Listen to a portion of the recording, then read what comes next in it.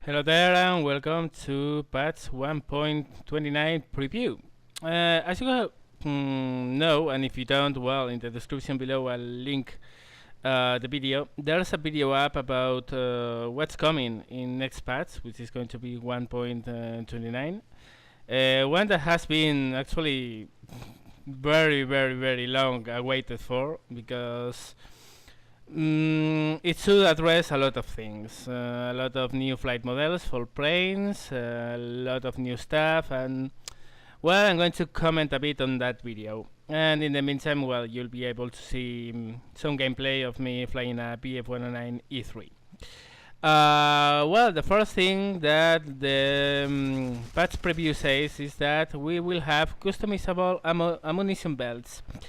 And the way they are going to implement this seems that's going to be different kind of ammunition belts, ammunition loadouts. The video shows omni-purpose ammunition belt for cannons, 20mm cannon ammunition belt for ground targets, then for armored targets, and from stealth attack. I'm guessing that omni-purpose will be like the general one that you get like for usual when you unlock the plane, and the one from ground targets with more high explosive, with armor targets with more armor piercing, and for stealth attack I guess there are going to be no tracers. That way you won't give away when you are shooting to an enemy, but you lose the ability to basically aim your fire. So, well, I'm pretty interested in seeing exactly how these ammunitions are implemented, because one of the reasons why I think the German 20mm guns are not performing the way they should is because they are lacking the mine ammunition, which was a very powerful round for the caliber they used. So, well, we'll see about that. Actually, it's something interesting, and the stealth one is also a very interesting option, because, well, you can attack enemies without them noticing you are fighting at them. So, could be something interesting. We'll see. We'll see about that. Another thing they mentioned in the video is there's going to be realistic bomb damage. I don't know exactly what they are referring to with this.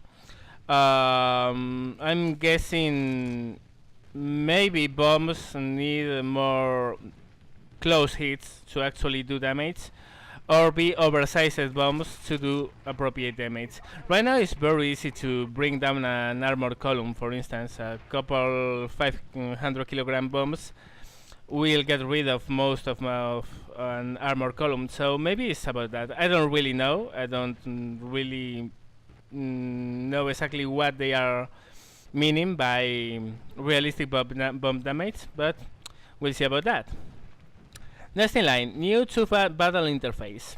Well, this is interesting because right now when you hit to battle, you get a big screen where you enter your choices and when you want to fly, or realistic, historical, or arcade, and your nation and stuff. Right now, as I said, it's a very big screen, takes almost all the screen and hits all the hangar. And the new interface seems to be a very small window that opens, and it's basically the same. I guess it's more aesthetic than anything else, but well, it's cool to have something new about that. I don't really know exactly if it's going to include new features, but so far seems like being more or less like that. New planes and modifications. They say they are introducing 14 new planes and modifications. I don't know if they mean 14 new planes, like 14 new models, different models, or 14 different planes of different models and submodels of the same plane. Right now, for instance, you have the, I don't know, the ME410, which has 3 different models. I don't know if they mean model by the ME410 or model by the 3 submodels. But still, there are 40 new planes and modifications, which is very cool because there are some planes that will really add a lot to the game. The first one of them is the Dornier 217, which was a very nice German bomber, mid-war and late-war bomber, and probably will add a lot because right now the German bombers are lacking. After the Henkel H16, I think it is, there's nothing until you reach the level 20. So I guess that one will be in there in that tree. Hopefully will bridge the gap, or even maybe, I don't really know. The thing is that the Henkel 111 H16 is very lacking for its level.